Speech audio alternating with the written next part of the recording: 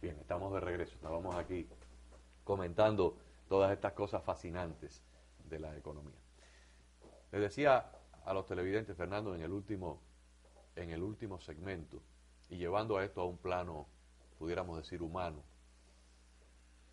cuando éramos niños, siempre escuchábamos de nuestros padres y de nuestros abuelos, en aquella época en que los contratos no se escribían en blanco y negro porque a veces no había ni un papel, eran contratos de un apretón de manos, que se podía perder una propiedad, se podía perder un baúl de dinero, pero lo que no se podía era perder la palabra, no se podía perder el honor, porque el baúl de dinero iba y venía. La propiedad se la llevaba un ciclón y se volvía a construir otra, pero el honor del hombre y de la mujer, el honor, la reputación, los valores, cuando se perdían para toda la vida y ya quedaba una mancha que no regresaba nunca a limpiarse. Siempre he escuchado en mis viajes, todo el mundo quiere venir a vivir a los Estados Unidos, todo el mundo quiere hacer negocio con los Estados Unidos, todo el mundo veía en el Made in the USA algo que era como una cosa de garantía. ¿Cómo puede hoy en día, por ejemplo, un inversionista chino, árabe, ruso, alemán o español colocar su dinero en este país, cuando por un lado le vendieron hipotecas que no, o sea, eran tablas llenas de comején, hipotecas que no valían la tinta con que fueron escritas, y por el otro lado, un señor como Bernard Madoff parte con una empresa que es una pirámide que es exclusivamente para estafar y se ha robado 50.000 millones de dólares sin que ningún vigilante federal se haya percatado y haya impedido que esto ocurra? Yo creo que pasarán probablemente 100 o 200 años hasta que se borre la memoria histórica de lo que ha sido el fiasco tan grande que nos ha costado esto, y que más allá de los valores de dólares está la integridad y la reputación de todo un país. Así mismo es, Agustín. Fíjate tú, yo estoy recordando una frase muy célebre de nuestro apóstol José Martí, que decía que cuando falta el honor, hay hombres que concentran en sí el honor de muchos otros y surgen personas así. Y yo me felicito de tener una persona como el presidente electo que ha descubierto, y es la única persona pública que en los últimos años se ha parado a decir esto, es decir, que hay que recuperar ese honor, que hay que formar a gente en las universidades, no para que hagan dinero a toda costa y a todo costo, sino que lo hagan con honor y que lo hagan estableciendo un sistema de confianza para que ese valor sea permanente y no sea Ahora, una cosa de... Cuando usted, que está en el mundo académico, pero al mismo tiempo está en el mundo real de la calle, yo creo que ya el germen tóxico que ha infectado esta mentalidad de la academia, del mundo de Wall Street, del mundo de la banca, del mundo de las compañías que a veces prefieren llevarse una empresa al sudeste asiático y pagar 20 centavos la hora a un trabajador en Indonesia o en China y no mantener esa empresa aquí en los Estados Unidos. Es tan rampante y ha permeado tanto la sociedad americana que por mucho que diga Obama o 10 como Obama, cambiar eso va a ser casi imposible. Difícil. Va a ser difícil. Va a ser difícil, pero hay que hacerlo. Porque hay un estado de avaricia que todavía permanece allá afuera. Es la única salida. Y hay dos cosas que yo creo que esta va a ser el nuevo gobierno imprescindibles para cambiar esa mentalidad, que es cambiar las reglas del juego. Hay que cambiar las regulaciones de la banca, hay que cambiar las regulaciones del sistema financiero, hay que cambiar las regulaciones y el enfoque de la Reserva Federal. Hay que cambiar las reglas también de cómo, por qué la gente invierte y qué cosa es legal y qué cosa es ilegal. Porque si no, no es posible cambiar la mentalidad. Y también la academia tiene que cambiar su mentalidad. Complacientemente la academia en los últimos 40 años ha formado personas para que hagan estas gimmicks financieras. Ingeniería financiera se llamaba el arte de convertir una deuda en un valor.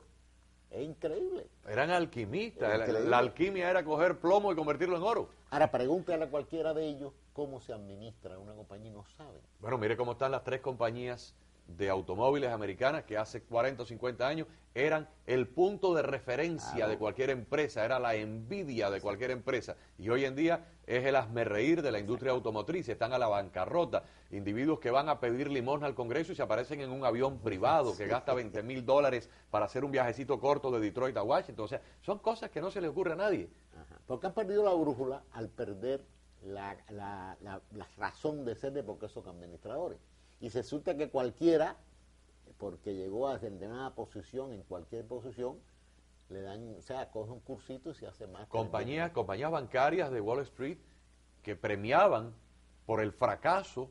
O sea, llegaba un administrador nuevo, se pasaba 2 años, encontraba la acción a $60, cuando terminaba al cabo de los años la acción de $60 había caído a 20 y le daban $200 millones de bono para que se retirara.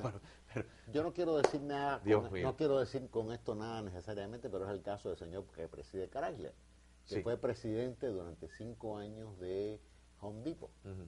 Llegó a Home Depot con las acciones de determinado valor, se tuvo que ir porque Home Depot por poco lo lleva a la quiebra y se fue con un paquete de 300 y pico millones de dólares y lo premiaron haciéndolo presidente de Chrysler para que haga lo mismo. O sea, es para coger a las dos juntas directivas, la de Home Depot que le dio el bono de despedida y a la de Chrysler que le dio el contrato de nuevo de contratación, coger a las dos juntas y encerrarlos en una jaula y echarlos en el fondo del mar. Entonces esas son las cosas que hay que cambiar y yo aplaudo, por eso no me canso de decir que estoy muy de acuerdo con esa política de reestructurar las reglas del juego para que el juego de béisbol vuelva a ser un juego de béisbol. Agustín, si no tú llegas, imagínate que tú llegaras a un estadio y de pronto te encontraras que el umpire legisló que en ese estadio había que correr ahora para tercera en vez de para primera. En el medio del juego. En el medio del juego, eso es imposible. Hablemos un poco de cómo salimos de esto. O sea, yo me siento muy pesimista en el sentido siguiente. Veo que las personas que están al frente de la nave están totalmente delirantes en cuanto al rumbo y en cuanto a la velocidad de los motores y en cuanto al despliegue de las velas. Están perdidos en la Boloña. Y lo triste es que yo estoy dentro de la nave, como están todos los televidentes, como está usted, como estamos. Porque si gracias a Dios tenemos cambio de capitán de la nave. Sí, como si estuviéramos en la orilla, pues podríamos decir, bueno, que se hundan, pero estamos dentro de la nave.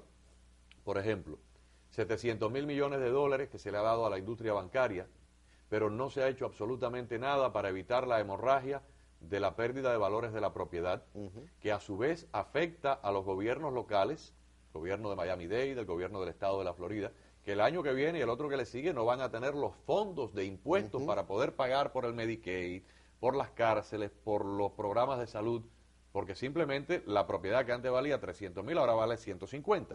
¿Pero por qué vale 150?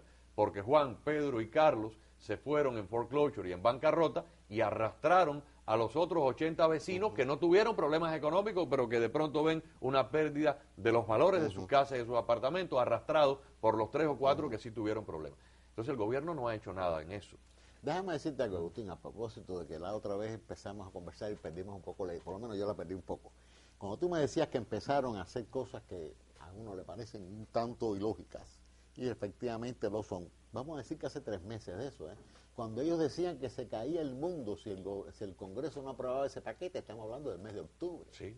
Estamos en el mes ya finalizando diciembre, vamos al año nuevo y seguimos en el mismo y ya se aprobó el dinero y se ha dado la mitad del dinero. Porque te vuelvo a decir que dieron la medicina equivocada para la enfermedad equivocada. ¿Cuál hubiera sido la medicina correcta para los síntomas? Aumentar el trabajo, aumentar el gasto público de los gobiernos locales, darle a los gobiernos locales dinero para carretera, para hacer puentes, aunque no fueran a ninguna parte, pero que dieran trabajo, para que los bancos tuvieran que prestarle dinero a las personas con una demanda. ¿Cómo te voy a prestar dinero si tú no demandas, Agustín? Si tú no tienes un trabajo, ¿con qué lo vas a pagar? Claro. Es decir, hay que hacer varias cosas a la vez, porque nada es una receta en blanco y negro. Hay que hacer eso, yo hubiera hecho algo similar, es decir, en cada condado existen autoridades y existen jueces, etcétera, etcétera. Hubiera puesto un tribunal, una organización, una comisión, el nombre no importa, de varios abogados a que las personas que estaban en foreclosure se podrían dirigir y obligatoriamente esa gente tenía que negociar con los bancos, comprar la hipoteca de esa persona. Si era una hipoteca de alguien que mintió y era un fraude, pues la persona tenía que enfrentarse con la realidad de que había cometido un fraude. Si no, tenían la autoridad para resolver el problema, hubiéramos bajado el nivel de foreclosure al 80%, Agustín. Yo creo que sí. Yo lo empecé a decir desde el mes de agosto, que